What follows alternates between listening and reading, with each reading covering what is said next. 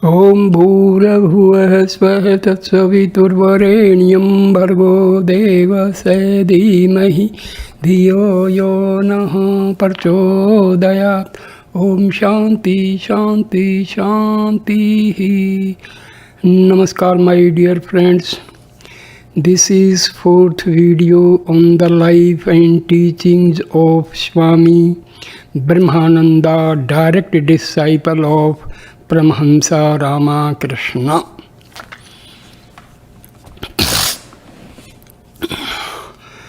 The last part of the third video was the liberation of a pret,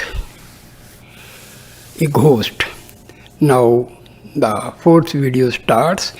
During his stay at Lake Kusum, Maharaj had the habit of rising at midnight and spending the rest of the night in meditation.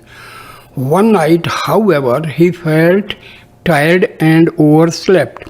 After a while, someone gave him a push and aroused him. At first he thought that this must be Swami Brahmananda. Then he saw a luminous figure in the dress of a Vaishnava saint standing beside him and counting his beads. After this, the figure appeared almost every night at midnight and joined him in his meditation. Later, in describing this incident to his disciples, Maharaj remarked, "Many holy men, after leaving the physical body, live in subtle spiritual bodies and help earnest religious aspirants in different ways."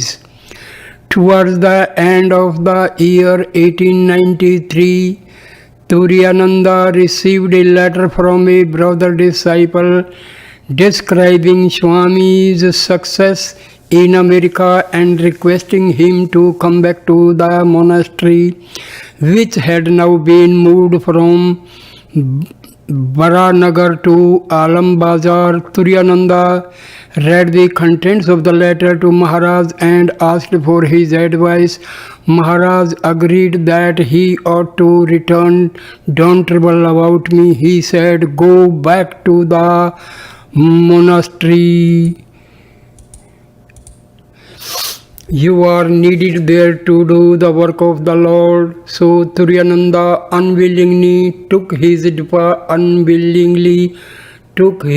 departure, and Maharaj remained alone a year in Vrindavan. During this period, he sometimes took a vow not to ask for food or other necessities of life from anyone. Generally, an unknown devotee brought food to his door, but sometimes there would be days when he had nothing. Once, while he was sitting in silence, a stranger laid a warm new blanket beside him. A few moments later, another stranger came by and took the blanket away. Maharaj sat still, smiling to himself as he watched the strange play of the Divine Mother. During the special festivities in memory of Sri Krishna, Brahmananda joined the devotees at a nearby temple. The crowd was chanting the name of God and singing Krishna's praises before the shrine. An aged holy man of the Vaishnava sect was sitting in one corner counting his beads. Suddenly he turned towards Maharaj and beckoned him to approach, indicating with affectionate gesture that he should sit down beside him. The two began to meditate. As Maharaj became absorbed, he felt the Vaishnava touch his head with his beads. He did this repeatedly, and each time as Brahmananda received the saint's touch, his hair stood on end and he experienced an ecstatic joy. By constant practice throughout these years of pilgrimage, Maharaj had at last achieved his aim. The state of Samadhi was now his own possession. He had won it for himself and he dwelt in it continually. Even in the periods of his normal consciousness, there was, as he said, a fullness of God in his heart all around him. Whenever he went, nature seemed to vibrate with joy. Established at last and forever in the consciousness of God, he felt ready to answer the call of worldly duty. On one day, quite suddenly, he left for Calcutta carrying that heavenly joy within his heart.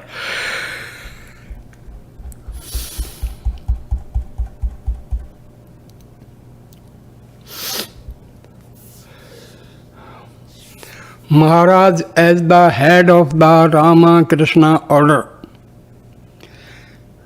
The return of Maharaj to Calcutta created stir amongst his brother disciples.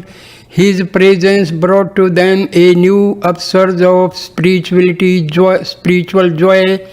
One day he told Swami Brahmananda, I was very happy in Vrindavan, but I left the holy city to come and live in the monastery. Here I want to serve my brothers and mankind. Our master Sri Ramakrishna was the embodiment of supreme love and devotion, so that our own lives must be such that people all over the world, burdened by earthly sufferings and miscreants, may learn to take his holy name and in him find rest and peace.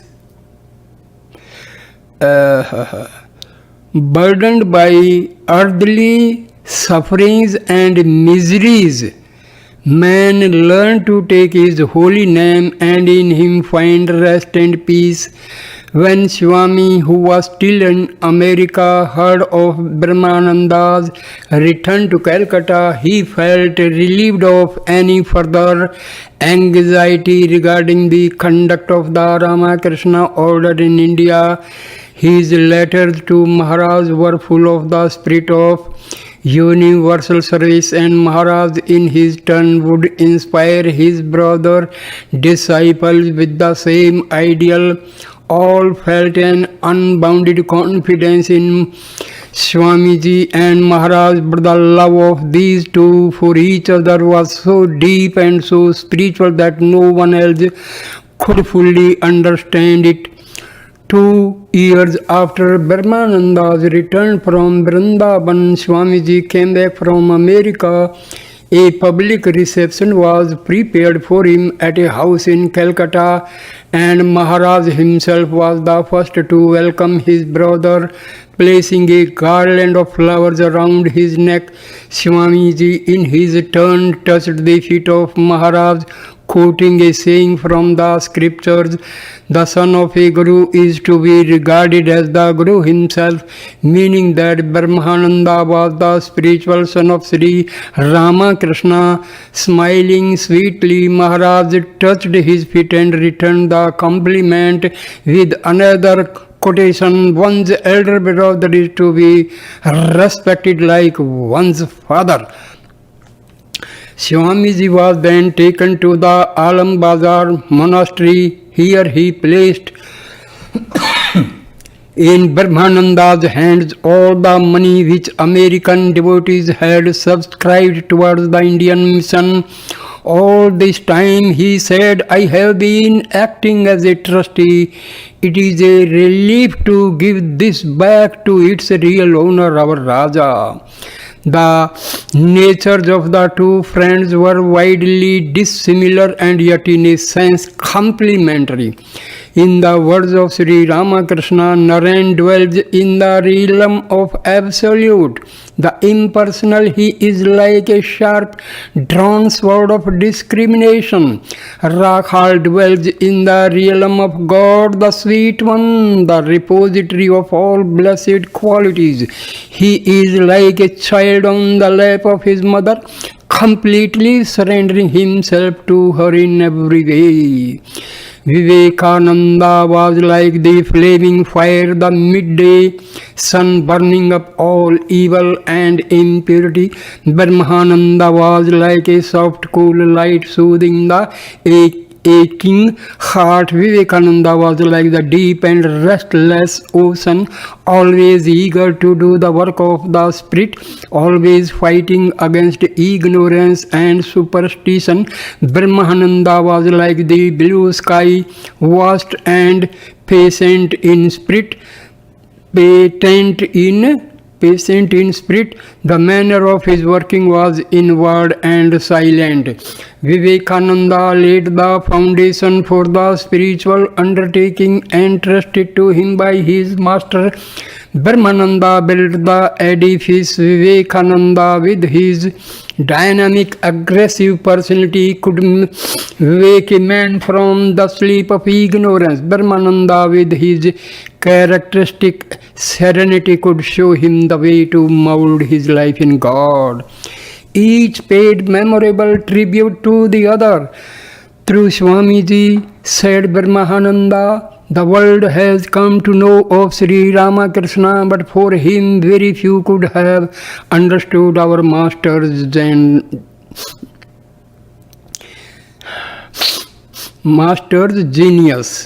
And in the words of Swamiji, Raja is the greatest treasure house of spirituality. Once a European devotee came to visit Swamiji in the monastery, wishing to have his spiritual problems solved. Swamiji sent him to Maharaj, saying, "There you will find a dynamo working and we are all under him."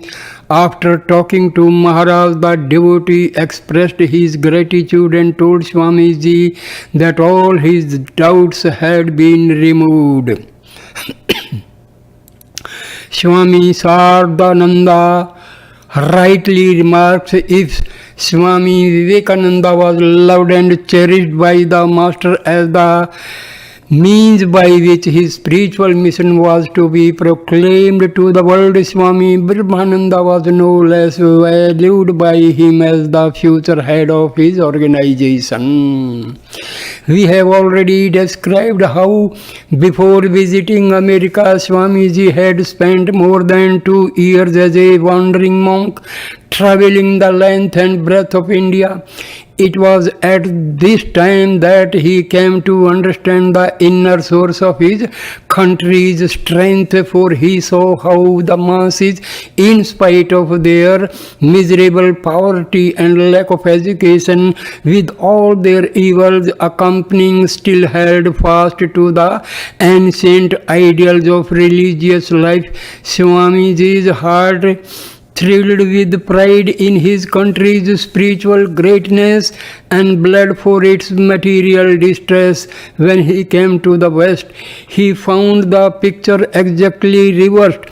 On the one hand, physical comfort, material prosperity, high standards of education, all the achievements of the human intellect. On the other hand, spiritual poverty and a failure to understand life's only purpose, the unfoldment of the God within man. He saw, in short, that the West had failed to accept wholeheartedly the ideals of Jesus Christ, the perfect civilization. Swamiji realized consist in blending and harmonizing the genius of the East with that of the West, expressed philosophically. It is the blending of the active with the contemplative life. When Swamiji returned to India, he talked to his brother disciples, giving a new expression to the ideals for which Sri Ramakrishna had stood. It is not enough, he said, to devote your entire life to the realization of God for yourself alone. You must also live for the good of all, for the happiness of all. Swamiji wished his brothers to combine the contemplative life with the life of service to mankind. Brahmananda was the first to recognize the depth and scope of Swamiji's ideals, and he gave them his full support. On the first day of May 1897, Swamiji called a representative meeting of the monastic and lay his disciples of Sri Ramakrishna. At this meeting, the organization known as the Ramakrishna Mission was formed. Maharaj was elected president of the Calcutta Center later, early in 1902. Before the passing away of Swamiji, he was made head of the order, and he held that office for more than 20 years until his own death. The phenomenal growth of the mission during his lifetime is too well known to need recording here. Whenever India has suffered any great flood or famine or other calamity, the monks of the Ramakrishna order have come forward to relieve the distress of the people.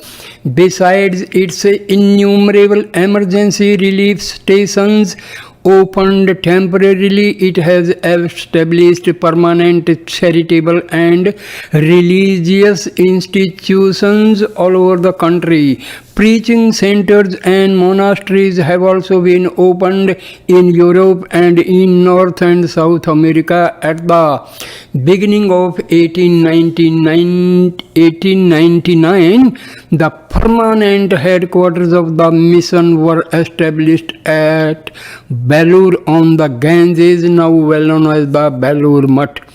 Foreign visitors to India have spoken highly in appreciation of the mission's success in social science to the monks of the order. However, such success can be only of secondary importance. Maharaj always insisted on this. The one purpose of life is to know God, plunge deep into the sea of bliss and become immortals, attain knowledge and devotion, then serve God in mankind. Work is not the end of life. Disinterested work is a means of attaining devotion. Meditate and dive deep within. Know that God alone is real. Keep at least 3/4 of your mind in God. It is enough if you give 1/4 to service, work and worship. A young disciple of Swamiji, inspired by his ideals of renunciation and service, devoted himself to nursing the sick and helping the poor. From a very humble beginning, his work grew into a huge organization. For many years, this disciple was the head of one of the largest homes of service in India under the Ramakrishna mission. But when Maharaj saw that his work was becoming more important to him than his spiritual life, he relieved him of his post, inspired him with the ideal of realizing God, and sent him away to live a life of exclusive meditation. To quote Maharaj again, yes, you must work, but I insist that you devote yourselves to spiritual practices and meditation. Even though I may not ask you to work, your nature will force you to work. It is difficult to engage the mind in contemplation of God, but you are monks. Therefore, work must not be the sole purpose of your lives. At one time, a millionaire who had lost his wife came to the monastery and said he wished to renounce the world and give all his wealth to the Ramakrishna mission. Swami Brahmananda reported this to Maharaj, who folded his hands and said gently, "Brother, a worldly man who associates with a holy man like yourself naturally becomes inspired by the ideal of renunciation. Shall we in our turn become a worldly because we have met a worldly man?" Maharaj refused to accept the money because he knew very well that the millionaire would later regret his offer, being as he was very much attached to his wealth. In the same way, he refused to accept a gift of real estate, knowing that the emotion which prompted the offer was merely temporary. He realized that the work of the mission could not prosper unless it was founded on a firm spiritual basis. Maharaj was more interested in the spiritual growth of his disciples than in their efficiency. He once reprimanded a senior disciple who had been put in charge of a younger brother, saying, "Did I send this young boy to you to make a good clerk out of him?" On another occasion, when a senior disciple of Swamiji was taking one of the younger disciples to task for negligence in some duty, Maharaj overheard the conversation and told him, "Of course it is wrong if this young man neglects his allotted duty. You have the right to scold him for that, but tell me, do you ever inquire if he is doing his duty to himself? Do you ask him if he is meditating regularly, or if he has any difficulties in his progress towards God? Is the work of the mission more important to you than this boy's spiritual growth?" While it is true that Maharaj held the ideal of selfless service of serving God in man to be a form of worship, he also pointed out that without the practice of meditation, it is hard to do work as worship, and that it is utterly impossible to annihilate the ego simply by actions, however selfless they may be. We must act, but we must also try by our meditation to merge the ego in God. Jesus said, "Love thy neighbor as thyself," but to really love mankind, an aspirant must also learn to love God with all his heart, his soul and his mind. Maharaj once told me, "My boy, devote yourself to spiritual practices, attain knowledge and devotion, then you will see how your heart will overflow with the love and sympathy for mankind. You will also find out how unnecessary is man's suffering, carrying as he does this mine of bliss within himself.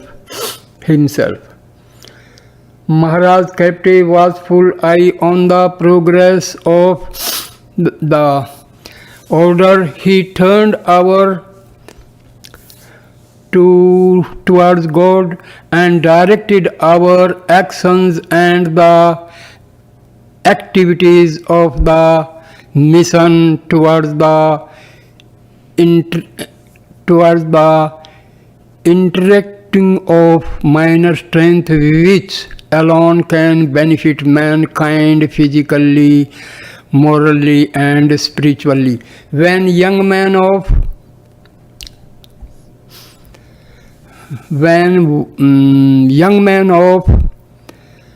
temperaments live together, when young men of different temperaments live together, it is only natural that misunderstandings will arrive from time to time, no matter how much their common ideal may be. In one of the monasteries connected with a home of service, there were a number of young untrained members newly arrived from school and college. When they had been together a while, their old tendencies began to reassert themselves. They found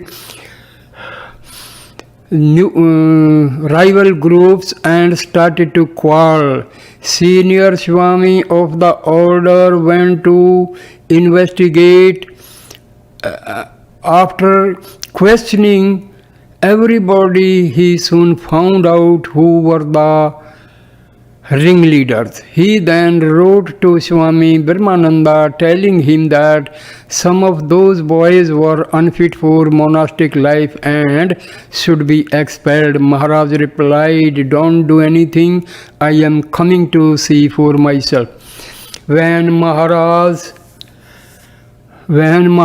arrived, he asked no question. He lived quietly in the monastery, insisting only on one thing, that all the boys should meditate regularly in his presence. Then he began to instruct them, making no distinction between the good and the bad. Gradually, the whole atmosphere of the place improved. The boys forgot their quarrels because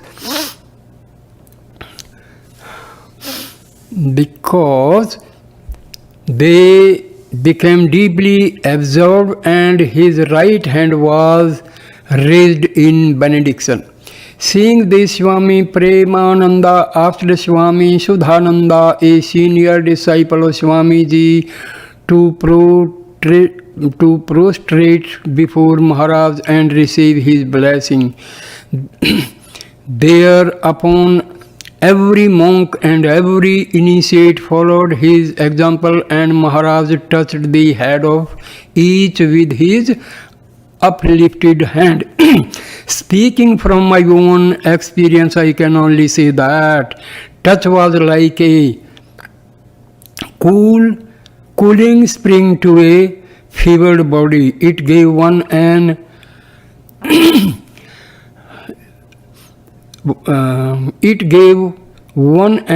inner exaltation which could be felt but not described. All our troubles were forgotten and our hearts were full of love.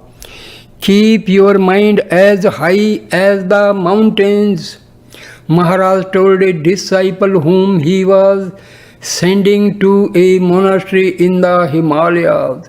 He himself lived always in an exalted state of consciousness, which subtly transformed the lives and characters of those around him. If the spiritual life is intensified, the outer life will adjust itself automatically. This principle applies equally to the life of an organization. Maharaj was once asked to make some new rules for guidance of the young monks. He replied,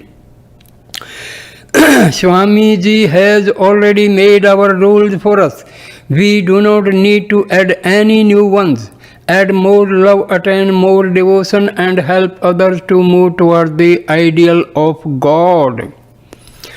At the network of monasteries and homes of service spread over India, Maharaj began to visit them. I even know what is doing in America. Maharaj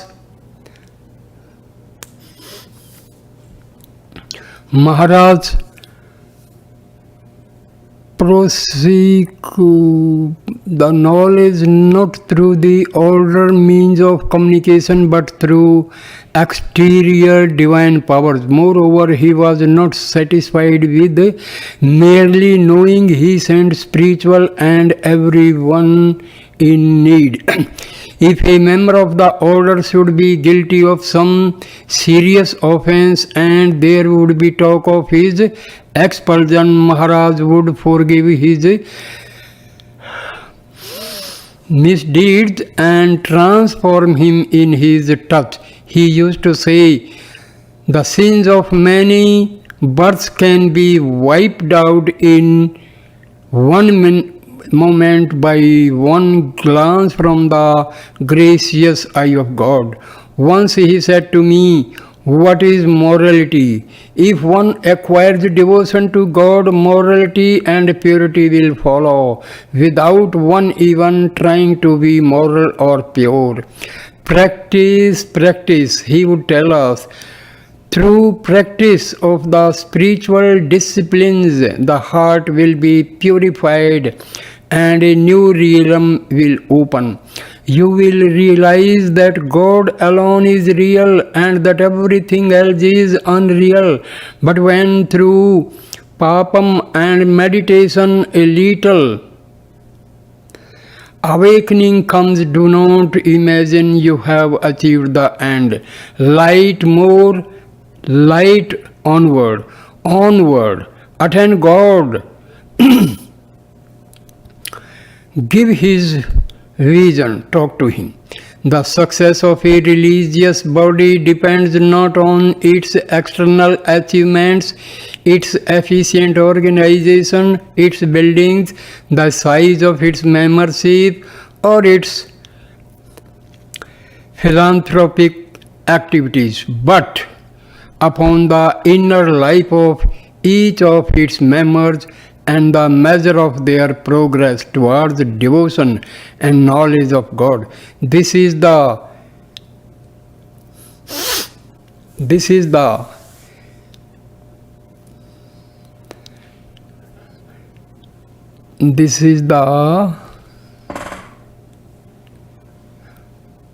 input of Maharaj as head of the order, impressed incredibly upon our minds.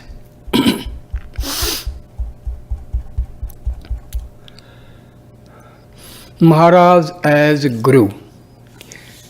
Sri Ramakrishna once said, when the lotus blooms, bees come of their own accord to gather the honey.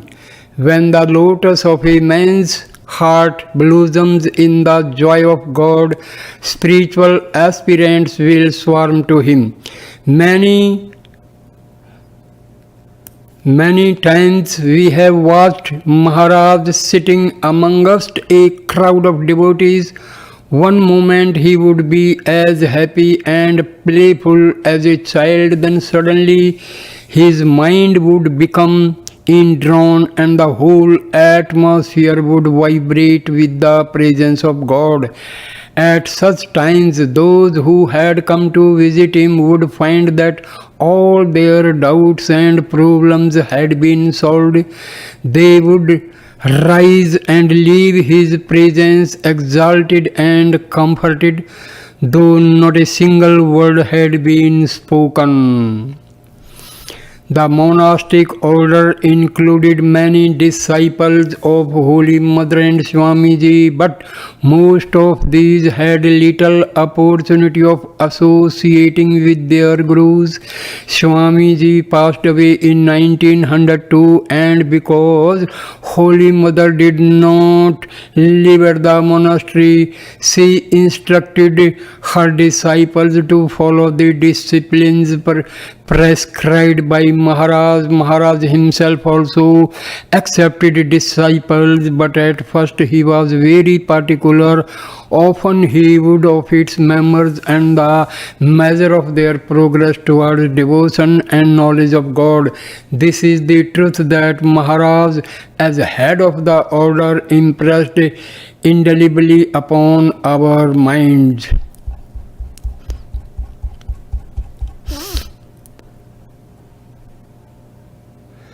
A deep impression upon Maharaj. After this, he initiated many more disciples. Once, while Maharaj and Swami Turiyananda were in Vrindavan, a young boy, later Swami Ambikananda, came to visit them. The boy knew Turiyananda already and would talk to him for hours, but he was shy of Maharaj, whom he regarded as very serious and austere. Turiyananda knew this and one day told him, go and prostrate before Maharaj, touch his feet and sit beside him a while. The boy did so. Maharaj blessed him, touching his head and his back.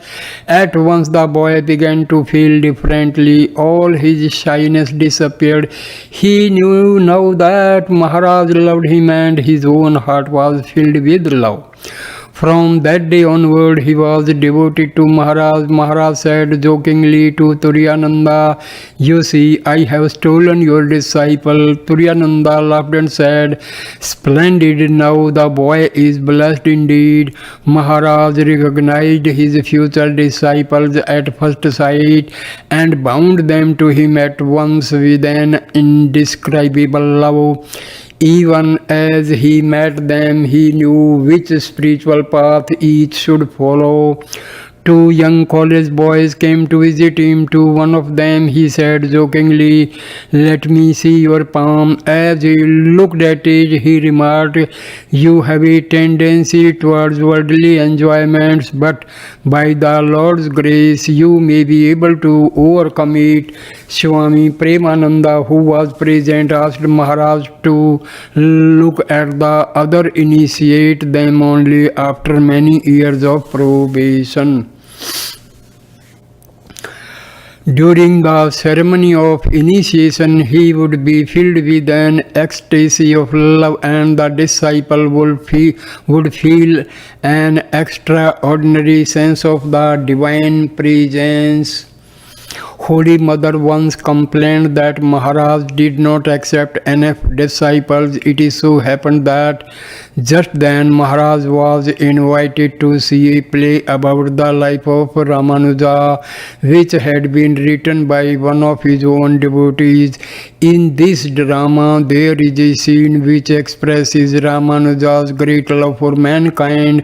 The action is as follows. Ramanuja's Guru initiates him with a sacred mantram and warns him never to reveal it to anyone. "What will happen if I do?"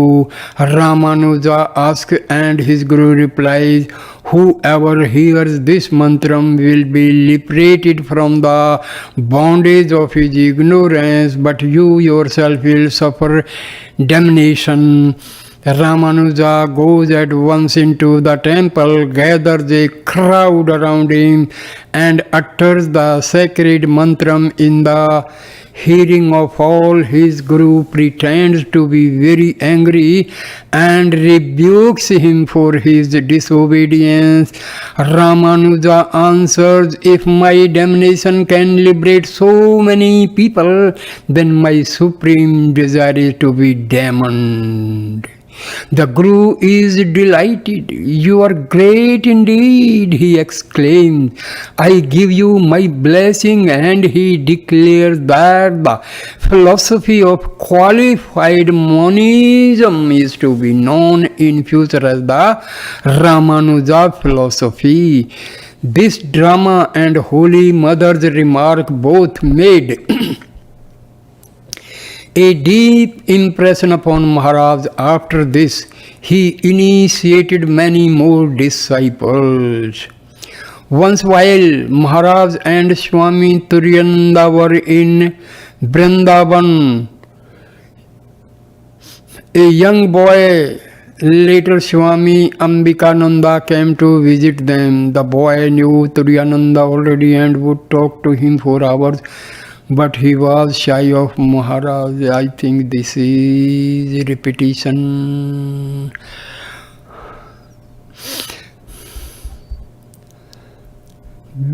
Okay. Maharaj recognized his future disciples at first sight and bound them to him at once. This is already Swami Brahmananda, who was present, asked Maharaj to look at the other boys, and he replied smiling, "I don't need to." Hearing this, the other boy, who was later to be known as Swami Yatiswarananda, felt sad. He thought, "My friend has some chance of becoming a monk, but I have none." A few days later, he came alone to visit Maharaj at the Belur monastery. He met Swami Brahmananda's personal attendant, who told him Maharaj said that you would become a monk, and indeed he did. A few years later he became a monk, while the other boy married but remained a devotee. Before Yatishwarananda became a monk, Maharaj told him, "Give your body and mind to worldly enjoyments and the world will destroy them both. Devote them to God and His service and you will enjoy bodily health, peace of mind and spiritual joy." The following is Yatishwarananda's own description of his initiation. The day Maharaj was to initiate me, I felt a spiritual power tangibly emanating from him. After the initiation, I bowed down to him. He raised his hand in benediction above my head, giving me instantly a vivid consciousness of an immanent presence. I realized that the whole universe was merged in that presence. That day also I got a glimpse of the divine nature and power of the Guru. I was literally transported into a new life, and the power that he transmitted to me that day is still working within me. There are some instances of persons receiving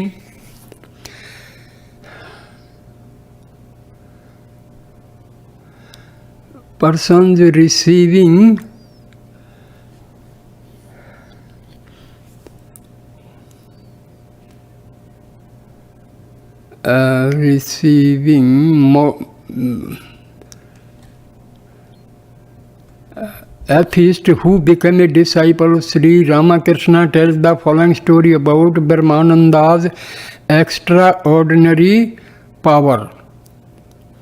Compared to myself, Rakhal is only a young lad. I know that Sri Ramakrishna regarded him as his spiritual son, but that is not the only reason why I feel such a deep reverence for him.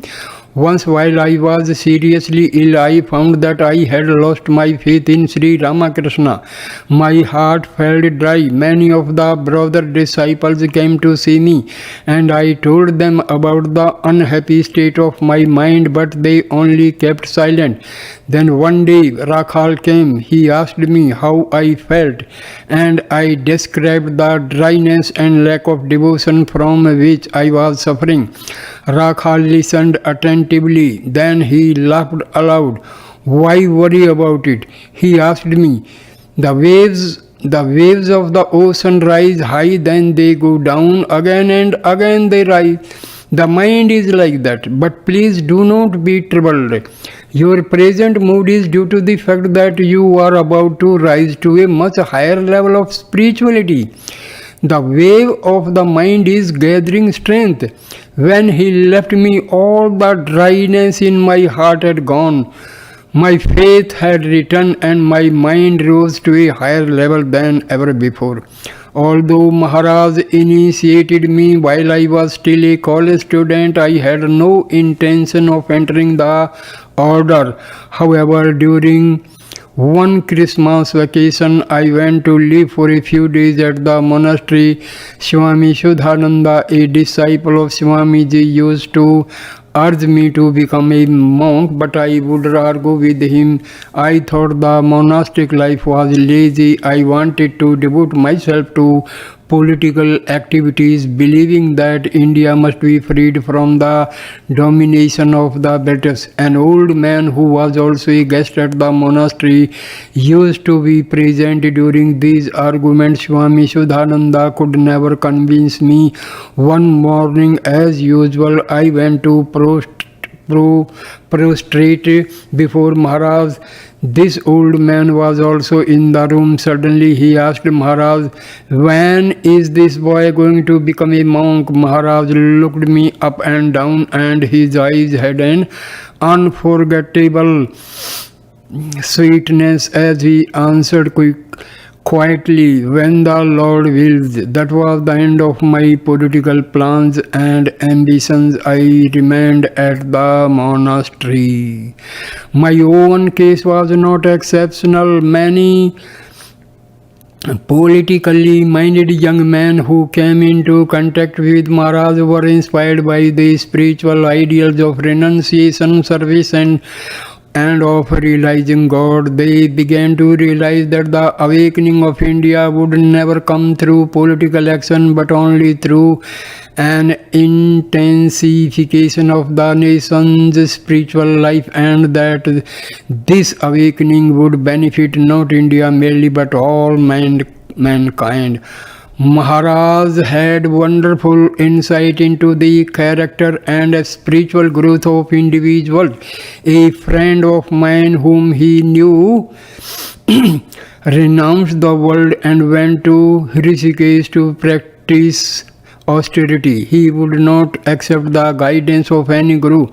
After a few months practice, he wrote me saying that he had attained Samadhi. At that time I was with Maharaj at Rakhal, and I told him the substance of my friend's letter. Why? Exclaimed I. Saw him about 10 days ago. I looked into his eyes.